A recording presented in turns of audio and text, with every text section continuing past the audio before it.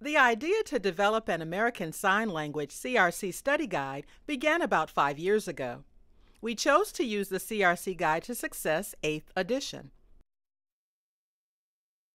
Since the initial recording, filming, editing, and production was begun, the 9th edition has been published. In communication with one of the authors, Dr. Roger Weed, it appears that the majority of the information contained in the 9th edition is similar to the information in the 8th edition. However, there may be additional information related to specific disability groups in the latest edition that is not present in the material presented in this DVD series. The format of the CRC exam was changed in the fall of 2008. The exam is now an online computer-based test. The CRC exam consists of 175 multiple-choice questions as compared to the 300 test questions in the previous test. Please visit the CRC website for more specific information about test changes and to determine the types of accommodations that may be available for people with disabilities who are taking the exam. That website is www.crccertification.com.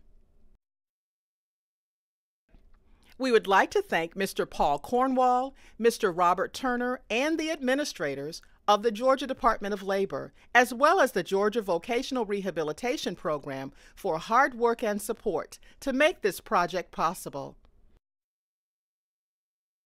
We would also like to especially recognize and thank the interpreter, Ms. Jessie Romer, for outstanding work and many dedicated hours to make this study guide a success. Thank you to Dr. Roger Weed for allowing us to use his material and for technical assistance during the production. We all hope that this ASL study guide will assist you in obtaining your Rehabilitation Counselor certification. Good luck. Introduction. This guide assumes the reader has a formal education in rehabilitation counseling. The book contents are outlines and summaries of pertinent information. It is expected that the reader will use this guide to synthesize data for rapid retrieval under testing conditions. If topic areas seem foreign to you, the reader, then it is critical that additional detailed information on the subject matter be obtained. Selected references are listed at the end of the book. The reader will also obtain a copy of the CRC Ethics when application is made for the examination, and the document should be thoroughly reviewed before taking the exam. Note: the ethics document was revised and implemented on January 1st, 2002, so make sure you have the right one. One of the authors, an expert in multicultural issues, observed that the reference relating to multicultural questions from the CRC board appears not to be the correct source.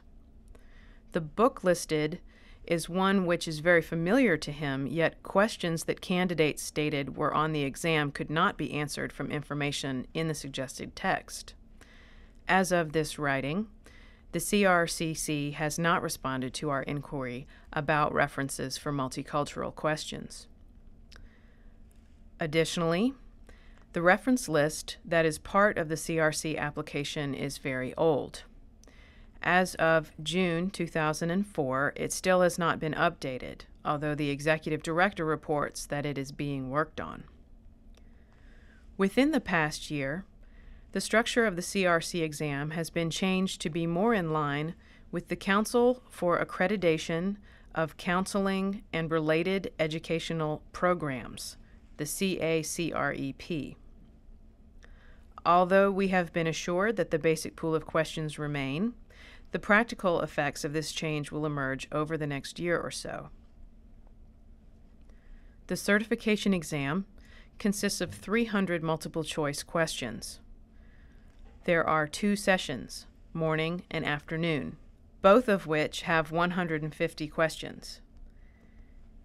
Each examination also includes 50 field test questions that will not be used in the scoring of the examination, so out of the 300 questions, only 250 are scorable. Although the Commission has a sophisticated exam item producing process, many candidates claim that questions are often poorly worded and confusing.